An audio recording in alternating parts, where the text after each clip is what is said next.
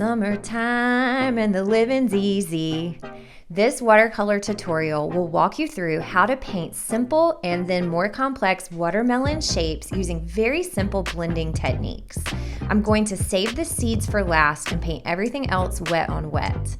I am using mostly a flat and angle brush. I'm using my Fabriano paper and my handy dandy watercolor compact set by Winsor Newton. This tutorial is perfect for beginners, but I will also show you ways to level up your artwork by blending color and changing the angles of the watermelon that you choose to paint. Water is in the name, so grab your watercolor paints and let's get started. If you love learning about art, hit that subscribe button so you never miss one of my weekly tutorials.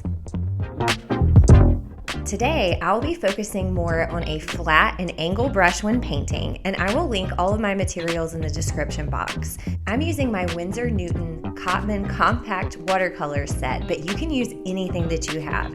I'm starting with my flat brush to create the triangular shape of my watermelon slice. The flat brush is great for doing washes that have more of an angle or geometric feel to it. And so you can use whatever brush you have. I've definitely painted a watermelon before using my trusty round brush, but I have found to really get that angular effect, a flat or angular brush works best. For my base color, I am using alizarin crimson, but you use whatever color you have on your palette that you think best represents the watermelon, whether it's a pink or a red. I love using a paper towel to pick up some of the paint to create that whiteness and that texture that's so fun with a watermelon. I am layering a second color, and in my palette, I'm using cadmium red hue.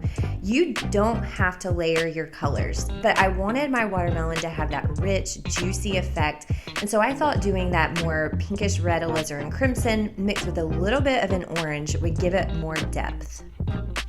If you're a beginner, you may prefer just to do one color and blot with a paper towel, so work at your level. You may also notice that I'm layering lots of times wet on wet to get the color and to get the blending that I'm interested in. So you might just keep it simple and just do your layers once, or you can be like me and kind of go back and forth until you have the perfect slice of summertime watermelon. If you really want to create more depth and a more dynamic color scheme, try layering in some violet on the edges or wherever you want your watermelon to look really dark and juicy. For the watermelon rind, I'm still using my flat brush and I'm finding my darkest green, which is Viridian. If you have a smaller watercolor set, you can just use the one green that you have. Then, cleaning my brush, I'm going to add my second green, which for my palette is sap green, and it's a much warmer, more yellow green than Viridian. So if you have a smaller palette, like maybe the Simple Praying set, just use green and watch how I'm adding this yellow to the inside part of the watermelon rind, and that's going to give it that realistic effect. Leave a gap of white in between the rind and the red part of your watermelon to create that realistic effect. Let's try this again using the exact same techniques. I'm using my flat brush and alizarin crimson to create a triangle of watermelon. I'm filling it in, and you can go as light or as dark as you want. If you want your watermelon to be a little lighter in color, just add more water. I am trying to get a nice angle, and I'm using water to fill in the rest. So at this point, you can stop here with your color blending. You do not have to add more colors to your watermelon. You can see that just one color gives it a really beautiful effect. I just like to mix colors because I just think it's more vibrant. It's just a habit that I've picked up and love to do. You definitely want to use a paper towel or tissue to pull up some of your paint to create texture and white areas. I'm adding that violet in to give it that richness and that juiciness I'm looking for, but remember, you don't have to do all of that color blending.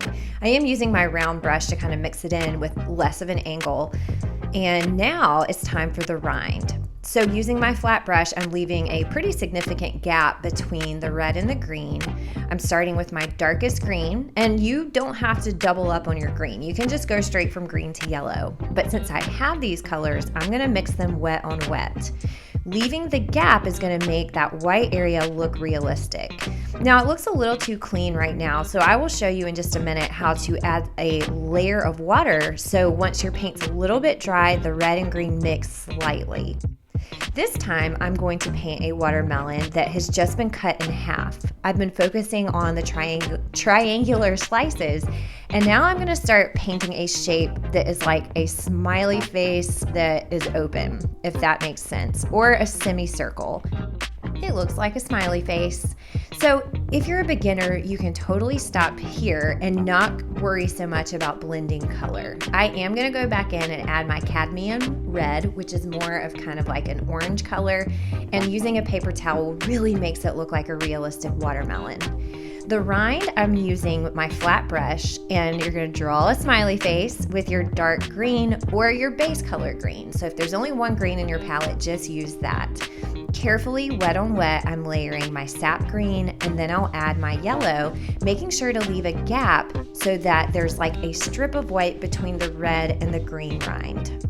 I want my watermelon half to be a little juicier, so I'm layering another layer of alizarin crimson to get the desired effect. And at this point, I'm going back with my round brush with water on it only to soften that separation between the rind of the watermelon and the juicy part. I'm going back into each piece I've already painted to do that.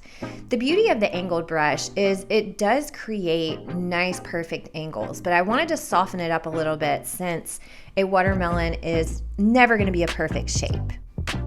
I'm going to level up and paint a slice of watermelon that's turned a little bit so you can see more than one side. I want it to have the 3D effect of a slice of watermelon kind of turned a little bit to the side.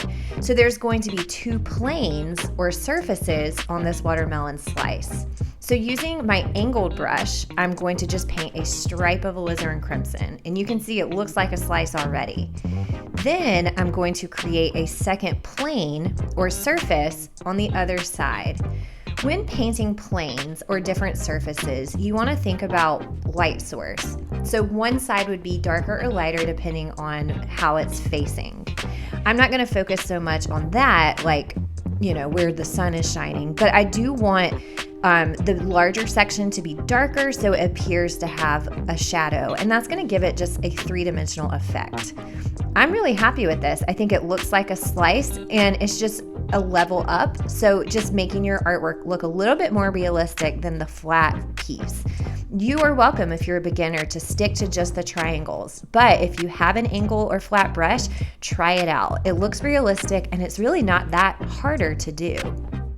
You see, I'm blotting with my paper towel and layering colors just like I did on my more simple pieces.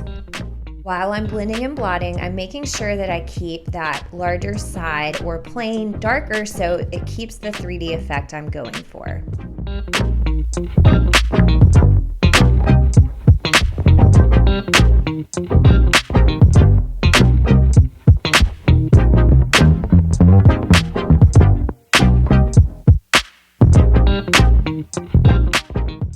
The rind is almost exactly how we've done it before, with a small exception. You're going to be painting that curved line, leaving a gap, but you want it a little heavier on the side that is the first angle that you painted. So it's the same line, but it's a little thicker on the left-hand side. I'm using my round brush just to soften the edge by adding a splash of water.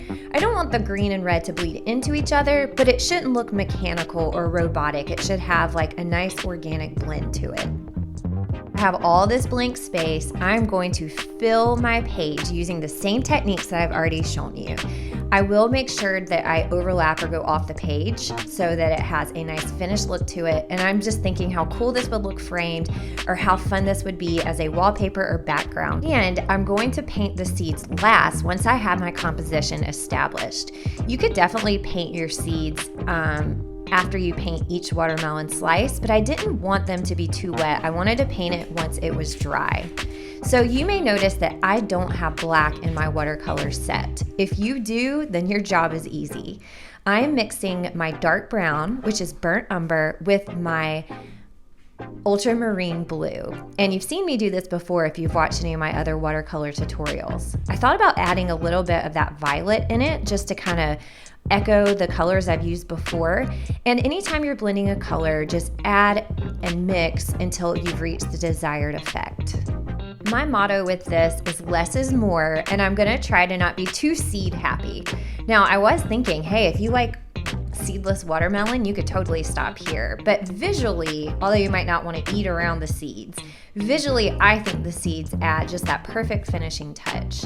I'm using my homemade black, and I'm varying or changing the different sizes and shapes. Now, all watermelon seeds would look the same, but they aren't all in the watermelon turned the same direction. So it would appear visually as if some would be bigger, some would be smaller, some would just be like a side angle.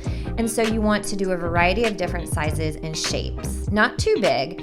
And I've noticed with the watermelon, most of the seeds are a little farther away from the rind. So you can do one at a time, or you can kind of paint all over like I'm doing. And I did save the seeds for last because I didn't want my colors to bleed together. Although it might be cool to do it when your paint isn't quite dry yet to give it a blurred effect. Maybe next time I'll try doing a combination of the two. Another thing I want to try again is you probably noticed during my time lapse that I did attempt to put a bite out of a couple of the watermelon slices, and I think it looks cool visually. And so if I were to paint this again, I would probably do that more and put a few more bite marks. So instead of doing the perfect point of the triangle, you just stop short and make a rounded with kind of like a jagged edge so that you have teeth marks in there. I'm feeling done. I'm feeling happy. I feel light and summery, which I know is going to end pretty soon. And I think this would be a really great gift to mail to my mom. She loves watermelon. Thank you so much for sticking around. And if you're interested in learning more about watercolor, check out these tutorials. Also, check out my website, thatartteacher.com, for long-form blog posts about my teaching.